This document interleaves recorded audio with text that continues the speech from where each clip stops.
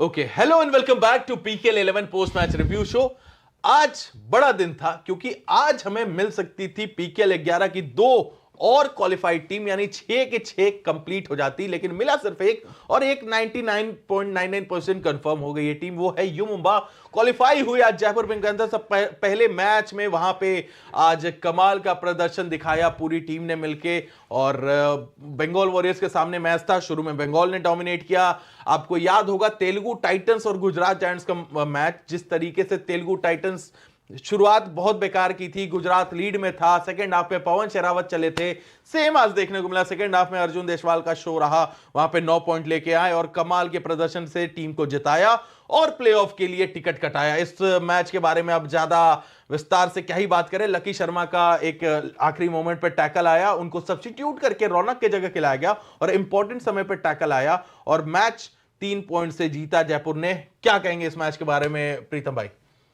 मैं यही कहना चाहता हूं, आज अर्जुन देशवाल को पूरे के पूरे मैच में जहां पे मूवमेंट लेने की जरूरत थी वहां पे नितेश का, वैभव का एक शानदार, और आदित्य शिंदे का तो एक शानदार डिफेंस, उन्होंने बहुत ही आउटस्टैंडिंग गेम दिखाया है।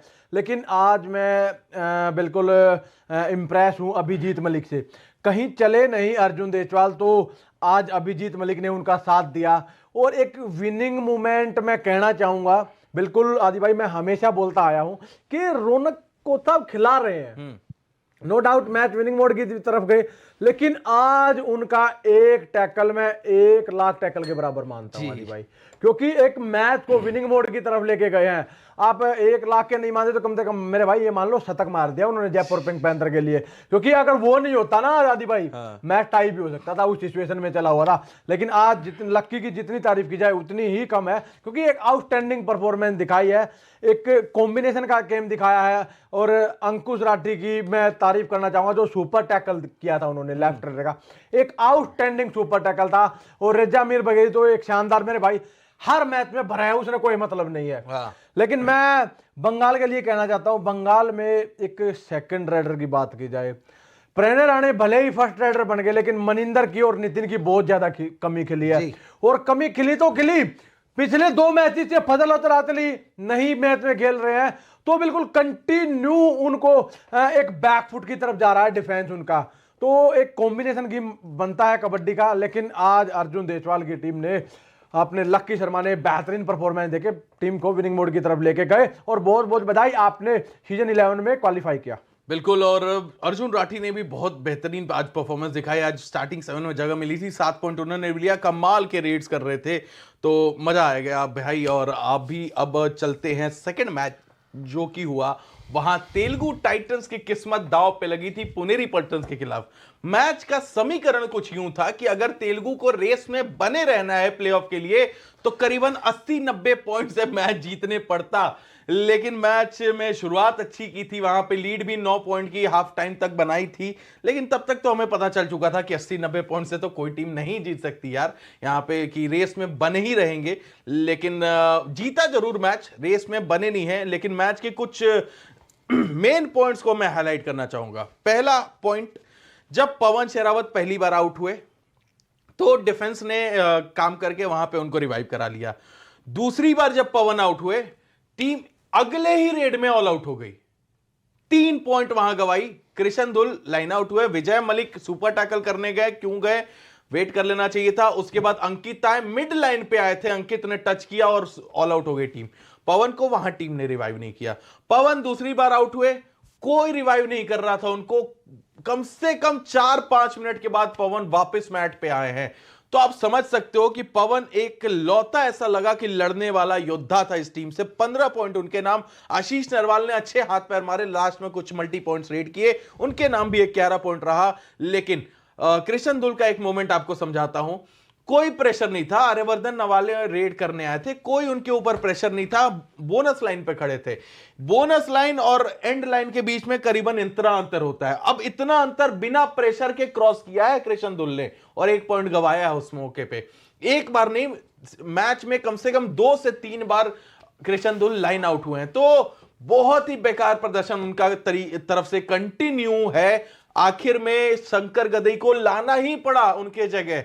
तो यहाँ पे मैच जीता जरूर और बहुत ही मेहनत किया आर्यवर्धन नावाले, एक नया उभरता हुआ सितारा है। आज भी 5 पॉइंट की रेड की, हालांकि उसमें 2 ऑल आउट के भी पॉइंट थे और 48-36 से 12 पॉइंट से मैच जीता। यहाँ पे पुनेरी पल्टन हारी है और तेलुगु टाइटन जीती है, लेकिन अब सिर्फ प्रेयर करने पड़ेंगे क्योंकि अब यू मुंबा को अपने बाकी मैचेस 40-20-60 30-30 पॉइंट के अंतर से बाकी मैचेस हारने पड़ेंगे, 32-32 पॉइंट से। लेकिन प्रीतम भाई, क्या राय है आपकी? मैं यही कहना चाहूंगा, तेलुगु टाइटन ने भले ही मैच जीता है, लेकिन मेरी तरफ से उनके दरवाजे बंद है आदि भाई। बिल्कुल। क्योंकि मुंबई के अभी 2 मैचेस बचे हुए हैं, तो एक बंगाल के साथ है, दूसरा उनका हरियाणा के साथ है जी। तो देखो, मैच की सिचुएशन के ऊपर डिपेंड करता है क्या होता क्या नहीं, लेकिन मेरा मानना ये, मेरा दिल ये कहता है कि यू मुंबा क्वालिफाई करेगी और तेलुगु टाइटन बाहर जाएगी घर पे। लेकिन आज का मुकाबला आशीष नरवाल और पवन सहरावत दोनों ही प्लेयरों ने आज कॉम्बिनेशन करके दिखाया है और मैच को विनिंग मोड की तरफ लेके गए हैं। अगर डिफेंस की बात की जाए तो अंकित लेफ्ट कॉर्नर, जो लास्ट की 10 मिनट बची हुई थी आदि भाई, बहुत ही शानदार परफॉर्मेंस दी है। जो वी अजीत को आज उन्होंने रोका, वी अजीत ने आज सब्स्टिट्यूट होके आए और सुपर 10 भी किया, लेकिन अंकित ने वी अजीत को 3 बार टैकल किया है। अगर वी अजीत को ना रोक पाते तो कहीं ना कहीं वी अजीत पुनेरी पल्टन को बार बार मूवमेंट पे मूवमेंट दे रहे थे। लेकिन हारने का कारण यह है, पुनेरी पल्टन का डिफेंस ऑफेंस कोई एक अच्छा काम नहीं कर पा रहा है। बिल्कुल। पूरी की पूरी टीम, क्या मतलब, असलम इनामदार के ऊपर दावेदार थी। जो एक असलम के जाता ही आप बिल्कुल बैक फुट, आपने बैक गियर लगा के विद कैमरा, कैमरे के साथ पीछे देख रहे हो और चल रहे हो, पीछे देख रहे हो और चल रहे हो, क्या बात है मेरे भाई। लेकिन यहाँ पे कॉम्बिनेशन दिखाना बहुत जरूरी होता है। एक टीम एक कॉम्बिनेशन गेम की है, ठीक है, एक प्लेयर से नहीं जीत सकती। लेकिन आज कुछ झलक तेलुगु टाइटन के मैच में भी देखने को मिली है, पवन सहरावत वर्सेस आज विजय मलिक। मैं यही कहना चाहूंगा, अच्छी बात है, कोई बात नहीं, गेम में अप एंड डाउन चलता रहता है भाई, फाइटिंग होती रहती है। आप अपने ही टीम में, वही तो बात है ना। देखो, अगर ये हालात जज्बात ये ना होते ना आपस में, तो तेलुगु टाइटन क्वालिफाई होती है 110%। जी। फिलहाल पीछे मुड़ के देखेगी तेलुगु टाइटंस तो बहुत सारी उनको चीजें दिखेंगी। क्या पवन सहरावत इंजरी से पहले घर वापस आ सकते थे? क्या 3 मैचेस या 4 मैचेस के लिए इंजर्ड थे पहले, अगर वापस आते तो क्या होता? अगर हरियाणा और दिल्ली के खिलाफ इतनी बड़ी हार नहीं हारते तो क्या होता? अगर एक कोई मैच जो क्लोज जाके हारे हैं वो अगर जीत जाते तो क्या होता? बहुत सारी गलतियां हैं पीछे मुड़ के देखने को, लेकिन कोच साहब के लिए मैं ताली बजाना चाहूंगा। What a brilliant job. पिछले 3 सीजन से ये टीम बॉटम पे फिनिश करते आ रही है। कितने सीजन हो गए प्लेऑफ में गए हुए, लेकिन ऑलमोस्ट पहुंचा दिया था यहां टीम को। पूरी मेहनत की, टीम में प्लेयर्स बहुत बेकार प्रदर्शन कर रहे हैं, अच्छी जानबूझ के या गलती हमें नहीं पता, लेकिन टीम में रिफ्ट की खबरें आ रही हैं। ये इन सब चीजों के बावजूद कमेंडेबल काम कृष्ण कुमार हुड्डा साहब, हमारे तो खेल लो क्या फेवरेट कोच थे ही, और धन्यवाद आपका कि इतनी बढ़िया कबड्डी हमें दिखाई है टीम से। और आयुष भाई, उनकी आवाज जो साउंड आती है वो उनके फैंस को भी बहुत ज्यादा खुश करती है। जो एक सच्चा और साफ मन के इंसान है, मैं कृष्ण हुड्डा कोच साहब को बोलना चाहूंगा। बिल्कुल।